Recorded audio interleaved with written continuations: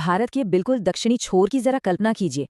लहरों के शोर के बीच खड़ा एक बेहद दिव्य ज्योतिर्लिंग।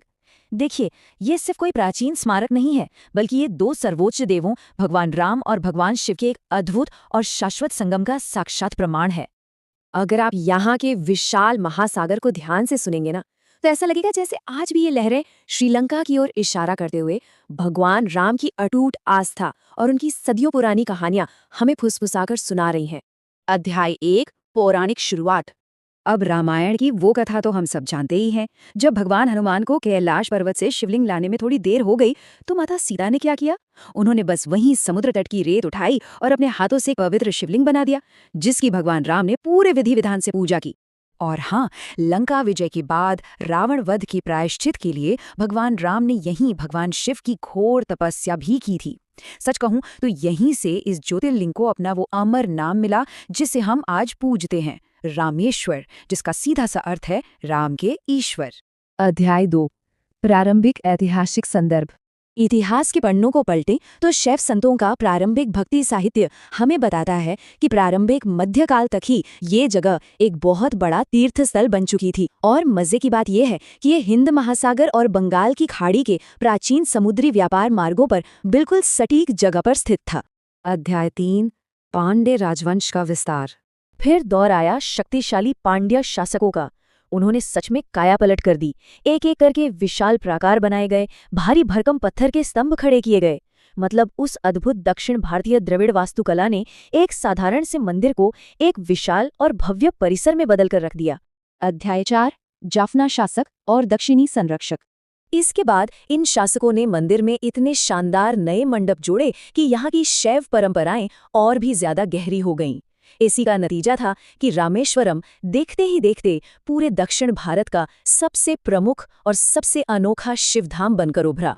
अध्याय 5 सेतुपति वास्तुकला का स्वर्ण युग। अब आते हैं 17वीं और 18वीं शताब्दी पर। ये वास्तुकला का वो शानदार दौर था जब रामेश्वरम के उन विश्व प्रसिद्ध और विशाल गलियारों का निर्माण शुरू हुआ। सच में ये एक ऐसा काम था जिसकी कल्पना करना भी आज मुश्किल लगता है। जब आप उन गलियारों में खड़े होते हैं ना, तो पत्थर के वो स्तंभ ऐसा लगता है जैसे अनंत तक जा रहे हैं। वो बिल्कुल परफेक्ट, दोष रहित सममितीय डिजाइन और वो गहराई, यकीन मानिए ये दक्षिण भारतीय मंदिर वास्तुकला का बिल्कुल चरम शिखर है। अध्याय 6 आध्यात्मिक महत्व और आस्था। वास्तुकला से परे यहाँ की आध्यात्मिकता का एक अलग ही स्तर है। मंदिर परिसर के अंदर पूरे 22 पवित्र कुएं मौजूद हैं। मुख्य दर्शन से पहले इन कुओं के जल से स्नान करना सिर्फ एक परंपरा नहीं, बल्कि एक बहुत ही गहरी और आत्मा को शुद्ध कर देने वाली प्रक्रिया है। और हाँ, मंदिर जाने से ठीक पहले समुद्र के उस अग्नि तीर्थम में डुबकी लगाना, ये एक ऐसा अनुभव है जो आपकी इस यात्रा को एक साधारण ट्रिप से निकालकर आत्मा को अंदर तक झकझोरकर शुद्ध कर देने वाले एक परम आध्यात्मिक अनुभव में बदल देता है। अध्याय 7 आधुनिक तीर्थ यात्रा। आज के इस आधुनिक युग में भी यहाँ का आकर्षण कुछ कम नहीं हुआ है। यहाँ आपको 4 धाम के यात्री, ज्योतिर्लिंग के परम भक्त और रामायण के अनगिनत अनुयायियों का एक ऐसा संगम देखने को मिलेगा जो इस मंदिर की उस प्राचीन ऊर्जा को आज भी बिल्कुल जीवंत बनाए हुए है। तो इस पूरे ऐतिहासिक और आध्यात्मिक सफर के बाद एक बहुत बड़ा सवाल मन में आता है। आखिर ये प्राचीन स्थल आज की इस भाग-दौड़ भरी दुनिया के इंसान को सबसे बड़ी सीख क्या देता है? सोचिए जरा। इसका जवाब बहुत ही सीधा है।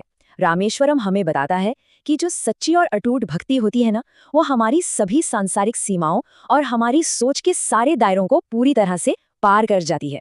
ये जगह हमें पल पल इस बात का एहसास कराती है कि जब स्वयं भगवान राम सर्वोच्च भगवान शिव के आगे नतमस्तक होते हैं, तो वो जमीन सिर्फ कोई आम जमीन का टुकड़ा नहीं रह जाती, वो हमेशा हमेशा के लिए एक अमर इतिहास बन जाती है।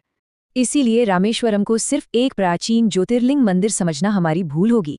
असल में ये महाकाव्य रामायण और हमारी इस महान भारतीय सभ्यता का एक ऐसा परम संगम है जो कभी मिट नहीं सकता। हर हर महादेव, जय श्री राम। इस पूरी चर्चा के बाद, वास्तुकला और अध्यात्म के इस चरम शिखर को समझने के बाद, मैं आपको एक विचार के साथ छोड़ना चाहूंगा। क्या पत्थर में इतनी गहराई से उकेरी गई ये आस्था कभी समय के थपेड़ों से धुंधली पड़ सकती है?